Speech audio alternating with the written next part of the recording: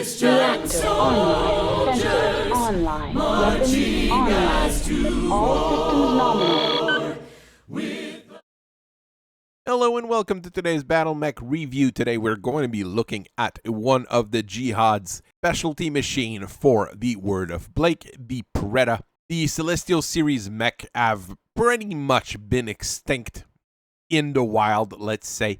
You will probably see a few of those float around in specialty formations or with some mercenaries that have ramshackled one back together. But with the Republic of the Sphere trying to eliminate any form of Blakeist equipment out there, and the mech having a terrible reputation because of who operated it originally, it's not a thing that's going to be entirely common. Is it a bad machine though? Well, like most of those Celestials, there's ups and downs to them.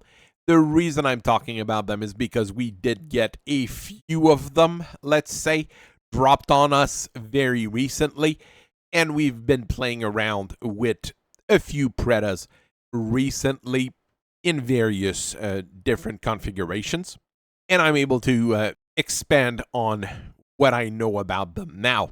So let's get into it. The Preta is your medium design in the Celestial Series. You've got one light, one medium, two heavies, and two assault in that particular line of Omnimech designed by the Word of Blake. They're not the most common machine, as I was saying here, because a lot of them were dismantled or blown up during the Jihad. And in terms of performance, I would say that while they share a lot of design aesthetics and a lot of design concepts behind them, they were a little bit underpowered compared to what the clans were able to pull out at the time, and even what the successor states would be able to generate. The fact that it has advanced technologies built into it is what really helps, and the fact that the many Domini pilots were able to pilot machines like this fairly efficiently using the amount of cyber tech that was implanted into them probably helped giving them the reputation that they have. The Preta has a small cockpit, which would generally mean the pilot has a little bit of a harder time driving the darn thing, but with all the implants, the many Domini were able to do it just like you would pilot a normal battle mech. The targeting computer is tied to a C3I, so it can share data with other machines in the Lance or level 2 in this case. And all these Celestials have that C3I computer, so when you have a full level 2 of these machines, well, they're able to properly direct fire fairly easily. You've got advanced communication systems and advanced sensors on the Preta as well, which allow it to command smaller lances, more than likely, and give you just a little bit more scouting, even without having to invest in something like a Beagle Active Probe. The body is made of endo steel and 9 tons of standard plates of armor. And the cooling system is made up of a very basic 10 double heat sinks, which come built in to the engine.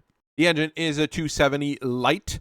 You get speeds of about 97 kilometers per hour. No jump jets are built in, but jump jets can be added through pods. And as far as pods, you do get 15 tons of it. So about a third of your weight is in optional equipment that you can switch around. The Preta is still billed as a raider and a skirmisher. Even though it's an Omnimech, it can pretty much do whatever it wants. A lot of the base configurations for the design are very light on ammunition-based weapons. You will notice, however, that all the names of the different configuration are quite edgy and fancy. That's just how the Word of Blake was when they were naming their configuration. I think primary, alpha, beta, or Alpha, Bravo, Charlie works a lot better than going with fancy names, which is a problem we've seen in a few different situations. The Invictus configuration exemplifies the Raider Skirmisher by using a pair of PPC, a snub-nose PPC, and a light PPC. To back you up, you have a retractable blade, which is really nice once you get into, knife fighting range to cause some critical hits on enemy machines by just punching them. And you're also defended by an extra anti-missile system. It's going to be decently fast, able to position itself where it needs to be, and with those 2 PPCs, you're going to get enough firepower to be a threat. The Dominus is a cavalry unit, on the other hand, with 4 ER medium lasers tied to a targeting computer, with 8 improved jump jets to give you air mobility. It's a little bit light on firepower, and a 45-ton mech, 4 ER medium lasers is going to be not terrible. You are going to be fairly tough, though. With 9 tons of armor and 8 improved jump jets, you're going to be able to jet around better than most light mechs with that kind of firepower, and be able to take some hits and get into position for that C3I to be useful for the larger units in your level 2. Your mileage may vary. I'm going to say here, if you manage to get 4 clan ER medium lasers to replace those regular inner sphere ones, you're going to have a decent amount of firepower on top of it. I think that would be a decent upgrade to that Dominus. Infernus or Bravo configuration is a mobile sniper. It does that by using a heavy PPC, giving you decent range and very good firepower at the trade-off of being rather heavy and rather intensive. Of course, clan ER PPCs are, strictly superior to heavy PPCs, but the inner sphere doesn't have access to that kind of technology easily, especially not during the Jihad. It is backed by an ER medium laser if something gets into the minimum range of that heavy PPC, and you're mobile enough that you should be able to get out of dodge when problems occur. In terms of ability, you do add 6 jump jets to give you an 180 meters of jump range, allowing you to position yourself fairly well for that heavy PPC to be useful, and like I said, to get out of dodge when bad things start happening. You get extra heat sinks as well to make sure that you stay cool firing all of those weapons. The Communus or Charlie configuration is made to be a scout with a Beagle active probe and a target acquisition gear laser, which allows you to guide semi-guided LRMs and Arrow 4 missiles. Those were fairly common in the Word of Blake with the Padilla, I think it's Padilla, artillery platform, and the Chaparral, which is still a fairly common artillery tank. And that Beagle active probe can be replaced with a Guardian ECM in order to counter EWAR rather than being the one finding the targets. It's not as good as a Raider because of the equipment that's on it, but a plasma rifle with 2 tons of shooting foam give you pretty good firepower nonetheless.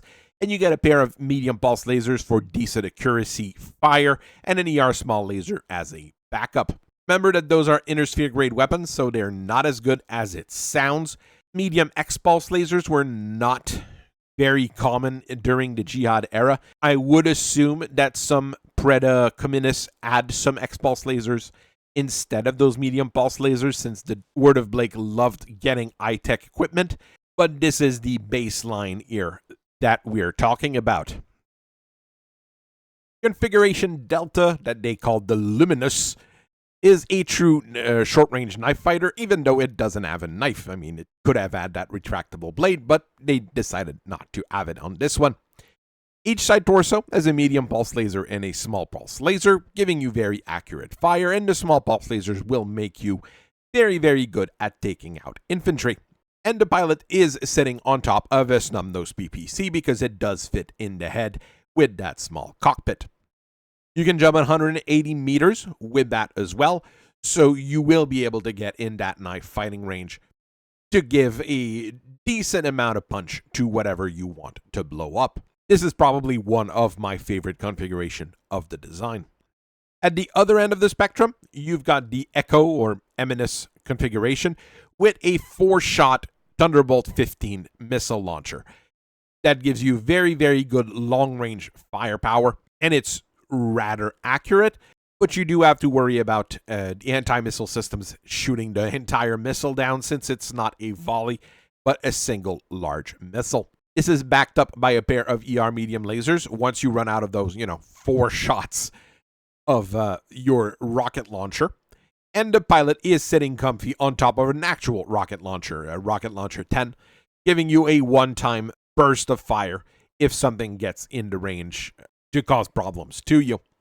This one I am not a huge fan of. I would probably have gone with a Thunderbolt 10 and more missiles, giving you a decent amount of fire, or just go with a classic LRM setup and make it a mobile missile platform. Like a few other Omnimechs of that era, the Preta has an underwater combat design. The Exenimus configuration uses 6 underwater mobility units, which you could easily swap for jump jets because they're the same weight overall to jet around underwater. In order to be well protected, it is using a laser anti-missile system, which was fairly experimental at the time, but works underwater rather than a standard anti-missile system, which just wouldn't. For weapons, you get a snub-nose PPC and an ER small laser, which might sound a little bit light, but the main weapon, I would say, is that retractable blade that you have in the primary configuration that comes back on this one, because underwater, getting hit by a retractable blade can easily cause the entire location that is being hit to be flooded with water and become unusable. Fighting underwater with Battlemechs is extremely difficult and extremely dangerous unless you're using extensively expensive Argel, which is not just a clan technology, but a very rare, very expensive clan bit of technology, even amongst the clans. This is not a bad setup, however, and underwater combat is required in a few different situations. We still need to figure out how to make it work better, however. There is a super fancy clan tech one that is available because while the Preta was in production, mounting clan tech on it was not completely out of the question. Bot equipment is fairly easy to adapt from one machine to another once you have some techs ready to go. Most of those, though, were one-of or a custom machine for specific Mani-Domini pilots, but there was one configuration, the KIsis, which was prototypical in more ways than one because it also used Clan Wolf's proprietary ER pulse laser technology. In terms of weapon, you get a Clan ER large pulse laser in one arm and an ER medium pulse in the other. The pilot sits on another ER medium pulse laser to give you decent short-range punch, I guess. Those are not heat efficient. Those are not the best weapons out there. They're not as accurate as regular pulse laser, but you do get massive range on them. Probably one of those things that the Clan Wolf would probably have wanted to have on their own to test out that technology a little bit more and then adapt it for their own machines. With the Celestials being really hard to find nowadays, you have to dig in order to find a Preta that you will be able to use. Most of them were destroyed during the Jihad or melted for parts by the Republic of the Sphere, and you might actually get in trouble with the Republic of the Sphere intelligence system if you do own a Preta. You'll also probably have some people look at you sideways and wonder if you're one of the fanatic Word of Blake survivalists that are still out there. So one of the idea is to go with an alternate body kit if you can find one, or at least change the armor plates on it just enough that people won't recognize it. Another massive problem with it is that the regular Preta would require you to have a massive amount of implants in order to properly pilot it, which is not always a thing that a lot of pilots would want to have. Even the most common type of implants, like enhanced imaging for the clan warriors, is not super popular with the nerve damage that it can cause in the long run. If you take that into consideration, though, the Preta is still a good mid-range inner sphere Omnimech that can fill a multitude of roles. You've got enough space on it that you can make it do what you need it to do. And it has some nice little design quirks that make it superior to some other machines in the same kind of range, like let's say an Omni Firestarter as an example.